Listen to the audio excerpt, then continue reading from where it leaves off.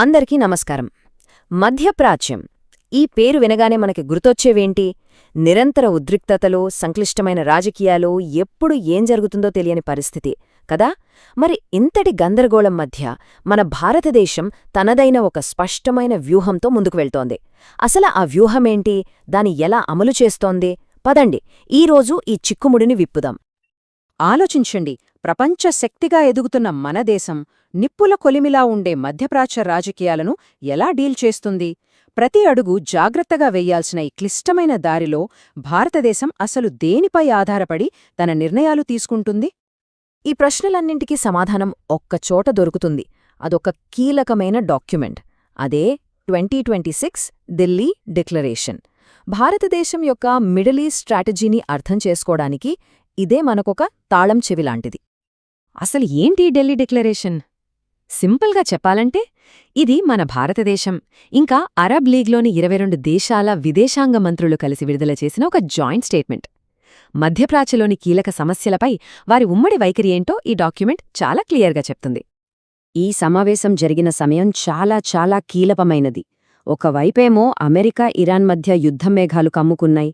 మరోవైపు ఒకప్పుడు మంచి మిత్రులుగా ఉన్న సౌదీ అరేబియా, యుఏఈల మధ్య గొడవలు ముదురుతున్నాయి. వీటికి తోడు ఇజ్రాయెల్ పాలస్తీనా సమస్యపై అమెరికా ఒక కొత్త ప్రతిపాదనతో వచ్చింది. ఇలాంటి ఒక టెన్షన్ వాతావరణంలో సరిగ్గా 10 ఏళ్ల తర్వాత ఈ సమావేశం జరిగింది.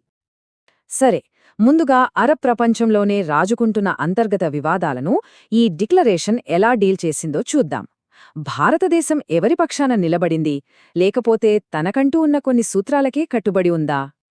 ఈ గొడవల్ని అర్థం చేసుకోవాలంటే మనం ఫస్ట్ మధ్యప్రాచ్యంలో ఏర్పడుతున్న 2 గ్రూపులని గమనించాలి. ఒకవైపు సౌదీ అరేబియా దేశాల ఐక్యతకు, అక్కడున్న అధికారిక ప్రభుత్వాలకు సపోర్టిస్తోంది. కాని మరోవైపు యుఏఈ కొన్నిసార్లు వేర్పాటువాద గ్రూపులకి అండగా నిలుస్తూ కాస్త డిఫరెంట్ రూట్లో వెళ్తోంది. సరే, మరి ఈ వివాదాలపై డిక్లరేషన్ స్టాండ్ ఏంటి? చూడండి, సూడాన్, లిబియా, సొమాలియా, యెమెన్ ఇలా ఒక్కో వివాదాన్ని తీసుకున్నా ప్రతి విషయంలోనూ డిక్లరేషన్ ఒకే మాట మీద నిలబడింది. అదేంటంటే దేశాల ఐక్యతకు, అక్కడ అధికారికంగా గుర్తింపు పొందిన ప్రభుత్వాలకే మా మద్దతు అని. సో ఇది పరోక్షంగా యుఏఈ అనుసరిస్తున్న విధానాలకు వ్యతిరేకంగా ఉంది. మరి ఎవరి వైఖరికి దగ్గరగా ఉంది? సౌదీ అరేబియా స్టాండ్కి. ఈ డిక్లరేషన్లోని అసలు సూత్రం ఈ ఒక్క వాక్యంలో చాలా క్లియర్గా కనిపిస్తుంది. అంటే ఎవరి పక్షం వహించడం కంటే దేశాల సార్వభౌమత్వం, ఐక్యత మరియు ప్రాదేశిక సమగ్రతలు కాపాడటానికే ఎక్కువ ప్రాధాన్యత ఇచ్చారు. ఇది యాక్సిడెంటల్గా జరిగింది కాదు. ఇది ఒక స్పష్టమైన పద్ధతి ప్రకారం తీసుకున్న నిర్ణయం.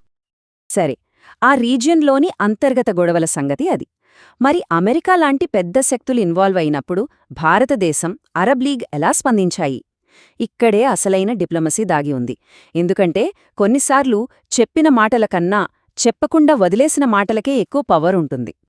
ఉదాహరణకి ఇజ్రాయెల్ పాలస్తీనా సమస్యనే తీసుకోండి. ఈ డిక్లరేషన్ చాలా తెలివైన డిప్లొమాటిక్ సిగ్నల్ ఇచ్చింది. ఒక శాంతి ప్రణాళికను ప్రస్తావించింది, కాని మరొకదాన్ని పూర్తిగా పక్కన పెట్టేసింది. ఇక్కడ చూడండి, ఈ డిక్లరేషన్ 2002 నాటి అరబ్ శాంతి చొరవ గురించి స్పష్టంగా మాట్లాడింది. ఇది దశాబ్దాలుగా అందరూ ఒప్పుకున్న ఒక పరిష్కార మార్గం. కానీ అదే సమయంలో ట్రంప్ ప్రభుత్వం ప్రపోజ్ చేసిన కాంట్రవర్షియల్ కొత్త ప్లాన్ని అస్సలు పట్టించుకోలేదు. అంటే మేము పాత ఏకాభిప్రాయానికే కట్టుబడి ఉన్నామని భారతదేశం, అరబ్ లీగ్ రెండు ఒక స్ట్రాంగ్ మెసేజ్ పంపినట్టయింది. అయితే ఈ డిక్లరేషన్లో అన్నిటికన్నా పవర్ఫుల్ స్టేట్మెంట్ ఏంటో తెలుసా? అది మౌనంలోనే దాగి ఉంది. కొన్నిసార్లు ఏమీ మాట్లాడకపోవడమే అతిపెద్ద డిప్లొమాటిక్ మూవ్ అవుతుంది.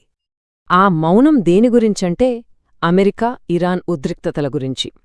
ఆ సమయంలో మధ్యప్రాచ్యాన్ని యుద్ధం అంచులకు తీసుకెళ్లిన ఆ భయంకరమైన సంక్షోభం గురించి ఈ డిక్లరేషన్లో ఒక్క ముక్క కూడా లేదు. ఇది కావాలనే పాటించిన మౌనం. దీనివల్ల లాభమేంటంటే ఒక జాయింట్ స్టేట్మెంట్తో చేతులు కట్టేసుకోకుండా ప్రతి దేశం ఇరాన్తో విడివిడిగా మాట్లాడుకునేందుకు దారి ఏర్పడింది. ఓకే, ఇప్పటిదాకా మనం చూసిన పాయింట్స్ అన్నింటినీ ఒకచోట చేరిస్తే భారతదేశం యొక్క అసలు స్ట్రాటజీ ఏంటో మనకొక క్లారిటీ వస్తుంది. అదేంటో ఇప్పుడు చూద్దాం.